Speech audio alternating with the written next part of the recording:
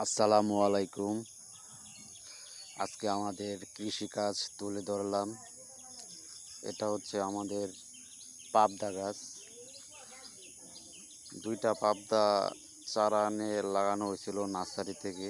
তো প্রচুর পরিমাণ পাবদা ধরছে একটা চারার মধ্যে।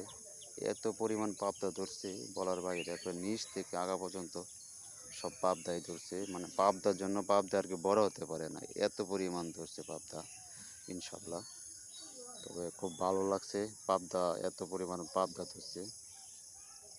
তো দুইটা চারা কিনে এনে লাগানো হয়েছিল নার্সারি থেকে।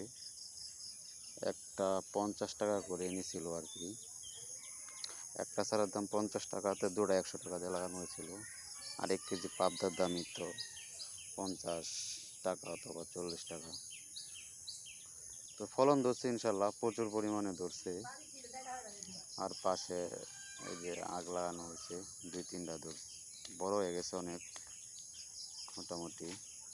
আর কিছুদিন গেলে খাওয়া যাবে। যে আরেকটা চারা, এটার মধ্যেও প্রচুর পরিমাণ ধরছে পাবদা। তো যে নার্সারি থেকে চারাগুলো কিনে এনে লাগানো হয়েছে, ওই নার্সারি চারাগুলো অনেক ভালো চারা। 5-6টা আছে পাবদা গাছের। তো ওই যে ওগুলোর মধ্যে বেশি ধরে নাই, দুইটার মধ্যেই ধরছে। মিষ্টি আলুর শাক খাইছি অনেক, কিন্তু আলু হয়েছে কিনা জানি না। এই যে আর একটা পাবদা চারা, এটার মধ্যেও মোটামুটি ধরছে, ভালো পরিমাণে পাবদা ধরছে। তো এই যে পাট শাক অনেক হয়েছে, খাচ্ছি। তো চলতেছে আর কি, প্রতিদিনই পাটের শাক ঠ্যাম তুলে আর কি রান্না করে, আবার জ্বালায়, আবার তুলে। আর এই যে ডাঁটা করছিলাম, ডাঁটা আমার চেয়েও বড় বড় হয়েছিল, সব খেয়ে ফেলছি। 1-2টা বিছুনের জন্য রাখা হয়েছে।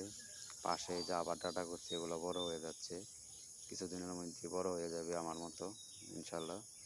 আর এই যে কুমড়া চারা লাগাইছিলাম, অনেক পরিমাণে কুমড়া ধরছিল, শেষ। এই যে এই চারাগুলোর মধ্যে পাবদা ধরে নাই বেশি। আর এই যে হলুদ করছি, হলুদও হয়েছে ইনশাল্লাহ, ভালো পরিমাণের হলুদ কয়েক লাইন করছি, হয়েছে। আর পুঁই শাকও হয়েছে, খাচ্ছি অনেক দিন ধরে। আর হচ্ছে যে জিনিসই লাগানো যা হয় আর কি, ইনশাল্লাহ সবই হয়। যাদের জায়গা খালি আছে তারা অবশ্যই লাগাবেন, হবে ইনশাল্লাহ। তবে তেমন শ্রম দেওয়া লাগে না, লাগাই রাখে দিলেই হয় আর কি। তেমন কোনো শ্রম নাই, আমরা তো কোনো শ্রম দিই না, খালি লাগাইলেই হয়। তো হবে। পাশে আবার পিছনে লাগাইছি কাঁচকলা।